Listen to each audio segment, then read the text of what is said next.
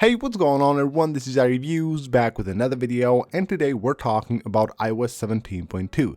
Since beta 1 of iOS 17.2, I told you guys that this is an amazing update, and the latest update to iOS 17.2 has made it even better. And we are now very close to the final release of iOS 17.2, and in this video we're going to talk all about that and all the cool new features. But first of all, let's take a look at the latest update, which is beta 4 that was released a couple of days ago. If you haven't updated already, this update should come to your device at around 600 megabytes, 500 to 600, of course, always based on which device you have and which software you have currently installed on your device. Now the build number, which is really interesting for this update, is 21C5054B. It ends with a B, which means that most likely we will get another beta for iOS 17.2 before we get the RC version and then the final release of iOS 17.2 to the public, which again will be a big update with more than like 60 new features, and some of them actually pretty big and very useful as well. Now one of them will be a feature that we have been asking for on iOS for years now. You're finally able to now change the default notification sound of your iPhone, and you can do that by going to your settings, sounds and haptics, and just scroll here. You will have something called default alerts, and you will see right here you can actually even switch the alert tones off from here, and you will have all kinds of different alerts that you can set for your notifications. Now this is the default one of iOS 17. This is actually the new sound that Apple has added to iOS 17, and you will have a few different ones here that you can actually choose.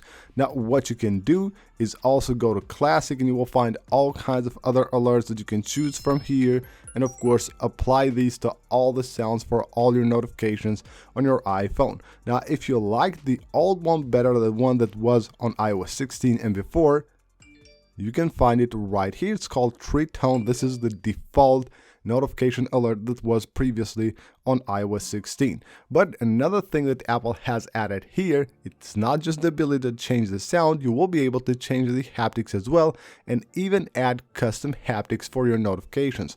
So you go to notifications haptics right there. This one is the synchronized one, which is the default, and you will have a few standard ones right here that you can choose, like different notification vibrations here, which is pretty cool. But of course you will have also create vibration pattern right here, which lets you just tap and hold on the screen. While you're holding, it's vibrating. When you release your finger, it's not. And once you have done that, you tap on stop here and then tap on save. You enter a name here,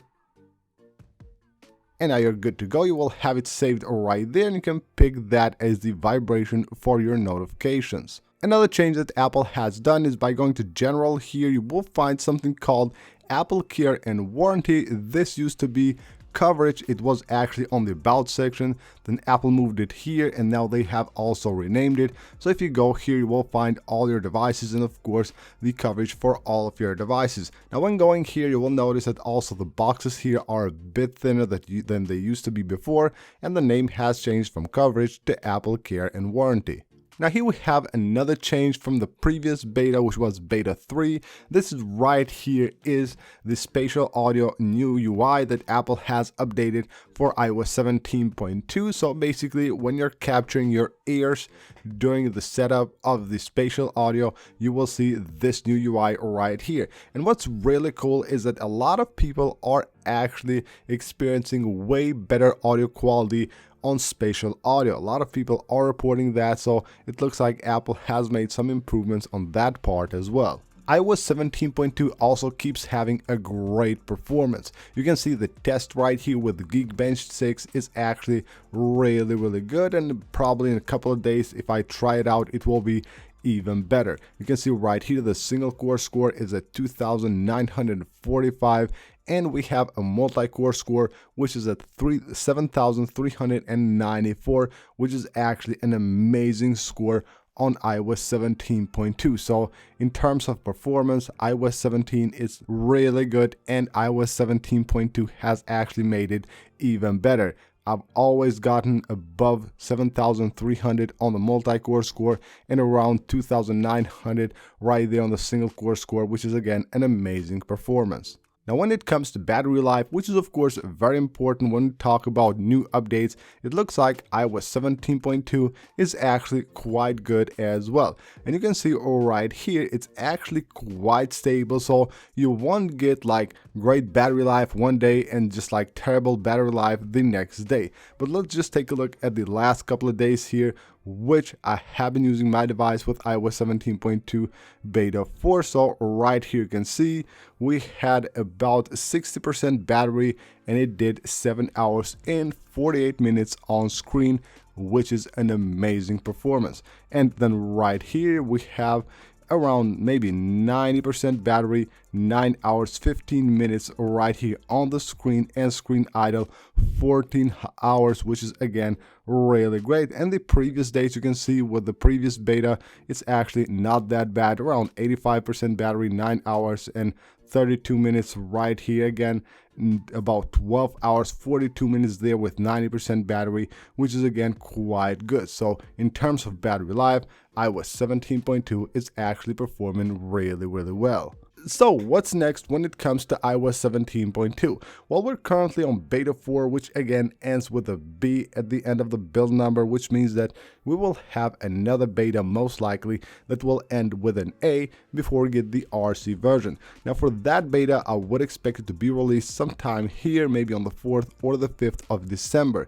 Now we probably will get the RC version then the next week, which would be most likely the 11th or 12th, but I wouldn't even be surprised if Apple would release the beta 5 and also the RC version the same week. Even though that might not happen, it could happen. It had happened before.